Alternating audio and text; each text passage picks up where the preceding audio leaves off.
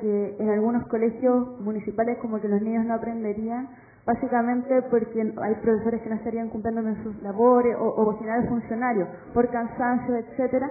Y una de las cosas que en general señalan los profesores es que más horas de clase, una de las cosas que les gustaría tener es más horas para preparar las clases.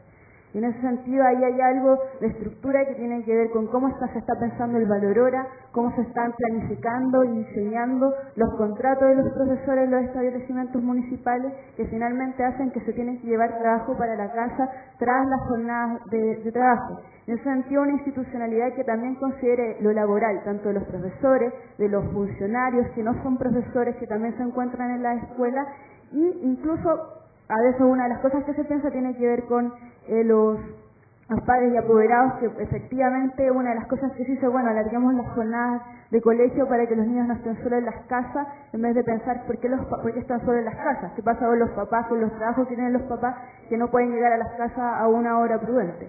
Ahora, otra cosa, tengo dos cosas más, súper breve. Una tiene que ver con pensar la institucionalidad.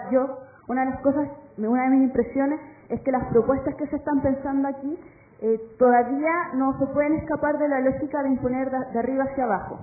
O sea, como que está el ministerio y desde ahí se desgrana algo hacia abajo, entregando ciertas atribuciones, entregando cosas, y me gustaría pensar en la posibilidad y problematizar esto para usted de levantar propuestas desde las bases. O sea, finalmente la experiencia de las tomas de la clase autogestionada es yo creo que una experiencia que está demostrando que los actores que están presentes en las escuelas tienen algo más allá que decir en cuanto a currículum nacional, en cuanto a formas de organización, en cuanto a cómo se quieren organizar. Y en ese sentido, mi temor es que al pensar en otras propuestas, nuevamente se acude un poco a esta tecnocracia de que el Estado plantea algo que se podría decir es homogéneo al territorio. Una de las cosas que ustedes dijeron tiene que ver con el contexto, pero incluso pensar el contexto como algo que puede producir formas diferentes de organización, de gestión, de administración de los propios establecimientos escolares. Y lo tercero tiene que ver efectivamente, tiene que ver, ya lo dije un poco, con el currículum nacional y con cómo finalmente también pensar algo desde la desmunicipalización también nos permite pensar no solamente formas de administración en cuanto a recursos, en cuanto a tomas de decisiones, sino que también, por ejemplo, pensar qué es lo que queremos aprender. Finalmente, una de las cosas que se ven es que si en los colegios municipales muchas veces se obtienen menores resultados si los niños faltan más, es porque lo encuentran aburrido. Es porque finalmente lo que se está enseñando en las salas, de acuerdo al currículum, no les hace ningún sentido de lo que ellos están viviendo.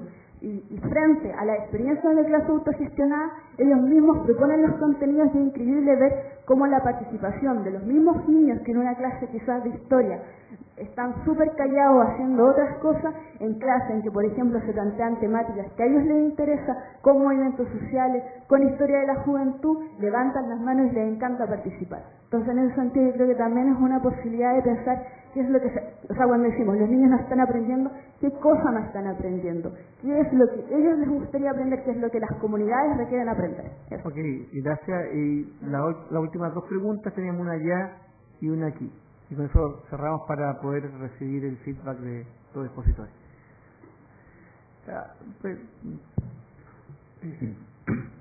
Hola,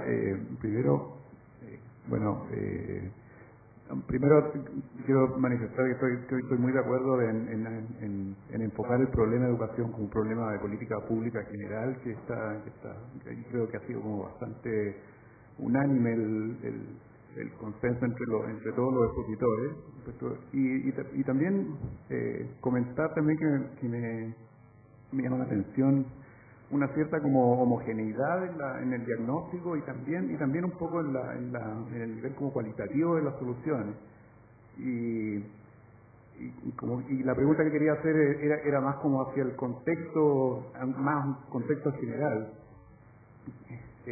porque me parece que la mayoría de la gente y la mayoría de las cosas que ha dicho todos los expositores durante la mañana pareciera que están ubicados en un ala de la discusión que se está llevando a cabo ahora en el Congreso. Entonces, ¿qué tipo de posibilidades se ven ahora con la conformación actual de los parlamentarios, de la representatividad que hay hoy día y de la forma en que se llevan a cabo las decisiones que cuajan en leyes? qué posibilidades hay de llevar o qué cosas esenciales serían necesarias que se llegaran a votar hoy en día. Eso. Y la última pregunta. Bueno, yo quisiera primero valorar este seminario para nosotros, no sé si para todos los asistentes, pero para mí en especial es interesante conocer las distintas presentaciones sobre estos temas. Sí, también creo que el hecho de tomar la dimensión internacional, una como ejemplo de modelos y otra que la expresa el joven de Fundación Sol, sobre más bien de cómo recopilar la experiencia desde un punto de vista de integración, sobre todo en un país tan globalizado como Chile, pero no tan globalizado en los aspectos educacionales o culturales. Yo creo que es importante reflexionar sobre la educación y quizá el desafío que yo se los planteo a ustedes, que sería bueno plantearse cuáles son los aspectos que ustedes pudiesen proponer a este debate como de consenso de ustedes, que son los especialistas. Porque ahí está el tema, o sea, ¿qué creen ustedes que es lo mínimo? Quizás aquí hay diferencias, porque yo creo que esas diferencias se tienen que limar en torno a una urgencia que tiene el país de resolver, de un movimiento por la educación que lleva 3 meses o quizás más en algunas situaciones y que obviamente requiere respuestas más claras, más precisas. Entonces, yo no sé, por ejemplo, en una de las propuestas se insiste en la subvención, o en 2 de las reflexiones, o 3 de las reflexiones, se insiste en la subvención cuando después de 30 años ese sistema ha fracasado. Entonces ahí no sé cuál es el nivel de reflexión que hay para superar esa situación. Yo creo que ahí tenemos que entrar a no seguir con ese discurso tautológico que tiene el ministro Bulnes, que ayer defendió, digamos, anteayer en la Comisión de Educación del Senado. Entonces, cuando todos están requiriendo una educación que no se haga lucro con recursos del Estado, él insiste en otra situación. Entonces, aquí hay un tema claro, y ustedes que son especialistas, que llevan estudiando, algunos que han tenido responsabilidad en el Estado, como la señora Pilar Romaguera, en ese sentido, yo creo que aquí tiene que haber un sentido de urgencia, y en ese sentido yo creo que la visión tiene que ser más realista. Por ejemplo, yo, además de trabajar en un colegio de la Universidad de Chile, que pocos lo conocen, que es un colegio de educación artística, que en esta discusión no ha estado presente, obviamente, ni siquiera los planteamientos de los estudiantes. No existe educación artística, y existe realmente, en varias formas. Y también el tema que a mí me parece, cuando hablamos de educación pública, ¿cuántos colegios, a mí me llama mucho la atención en el panel anterior, cuando el caballero habla de que empíricamente no existe evidencia para decir que los colegios con financiamiento compartido no tienen experiencia fracasada. Y eso es falso. Podemos tomar 2 o 3 ejemplos que eso es así. Y el tema, por ejemplo, de si queremos blindar, yo creo que la concepción del último panelista sobre los preceptos o los conceptos de una educación pública me parece tremendamente claros, digamos. Podríamos estar todos de acuerdo con eso. Pero ¿qué hacemos en concreto? Cuando hay colegios, por ejemplo, donde yo vivo, que tienen una capacidad para 1000 estudiantes y están ocupando los 400. Y no en un colegio. Disculpa, te agradecería ir al punto y cerrar, porque si no nos vamos a quedar sin público a escuchar la respuesta. Entonces, en ese sentido, yo creo que es importante responder a esos desafíos. Bueno, voy a pedirle a Cristian, en el orden inverso, que pueden ser inclusive breves, lo bueno si breve 2 veces bueno, para reaccionar ante los comentarios y preguntas de ustedes. Gracias. No, solo no creo que haya tiempo, más bien dejo a nuestros invitados a que se explayen. Más bien invitarlos a seguir en la discusión. Yo creo que los temas que han salido efectivamente apuntan en algunos casos a cuestiones que hay que continuar profundizando. Lo que sí yo quisiera solo compartir es el sentido de urgencia que se ha dicho y este giro de es una prioridad pública, más allá de quienes inicialmente o ahora en las calles están gritando por la educación pública, es de interés nacional emprender un plan de fortalecimiento y de renovación y eso con sentido de urgencia. Muchas gracias. Marco. También muy breve, solo insistir en que, en mi opinión, los consensos no están tan claros, sobre todo los aspectos fundacionales, que entendemos por educación pública, qué pasa con el sistema de financiamiento. Yo creo que eso es fundamental. Y por eso veo que no hay visiones claras todavía. Me gusta mucho lo que está pasando porque por primera vez tenemos posibilidades de debatir, de verdad, ¿cierto? Hacer propuestas, sin condicionamiento, desde el estatuto docente, como preguntaba, ver qué pasa con la posibilidad de que los profesores puedan preparar sus clases con tiempos adecuados, costear adecuadamente por primera vez eso, ver una carrera docente adecuada. Pero yo creo que estamos recién empezando. Y creo que esa señal de tranquilidad, de que falta un tremendo camino por recorrer, es lo que nos permita poder estar más atentos. Porque yo creo que las políticas que se han anunciado operan bajo una arquitectura que es la misma que ha funcionado en los últimos 30 años.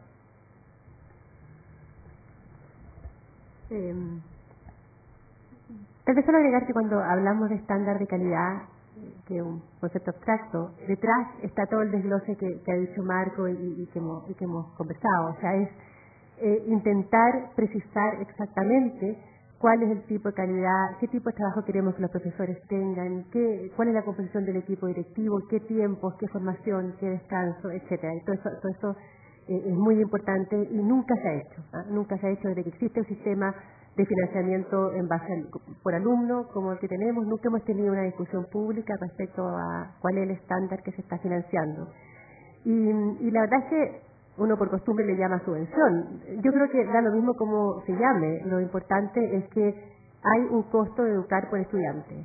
Y ese costo tenemos que pensarlo, trabajarlo bien, y no da lo mismo si es que tenemos la mitad de una escuela vacía o tenemos escuelas llenas, y por lo tanto el tema financiero, si bien es cierto, viene después del tema de principio, va a ser fundamental en definir cuál es el nivel de calidad que realmente vamos a poder alcanzar. Gracias. Bueno, gracias por la oportunidad de cerrar, es la última. Pero la verdad me encantaría tener más tiempo para poder comentar. Creo que hay preguntas súper interesantes y me encanta esta discusión. Voy a empezar quizás al tiro por la más dura, el tema de reestructurar el modelo educativo. Y la respuesta es bien compleja y tiene bastantes líneas. Si tú me quieres decir que por reestructurar el modelo educativo, si a mí me gustaría tener un sistema educacional en que este porcentaje del 70% y 30% estuviera invertido y que fuera el 70% público y el 30% de administración privada, por supuesto que yo te digo que a mí ese es un modelo que me gustaría. Si cuando hablamos de reestructurar el modelo educativo estamos hablando, o sea, yo creo que cuando estamos hablando de cambios en la institucionalidad y cambios en el sistema de financiamiento y cambios en temas docentes, yo creo que estamos hablando de reestructuraciones profundas, pero yo creo que finalmente quizás donde se juega es un poco en qué sistema aspiramos. Y yo creo que los cambios que debieran darse son cambios que permitan que tengamos un sistema donde haya una predominancia de una educación pública, gestionada y administrada por el Estado. Ahora, diciendo eso, también quiero decir que no tengo la visión de que el sistema educativo chileno esté, como muchas veces se dice, esto es un desastre, esto es una vergüenza, y cosas por el estilo. Yo creo que a veces se habla con mucha ligereza. Decir que los cambios tienen que ser radicales tampoco nos tienen que... Tenemos que mirar con cuidado dónde estamos.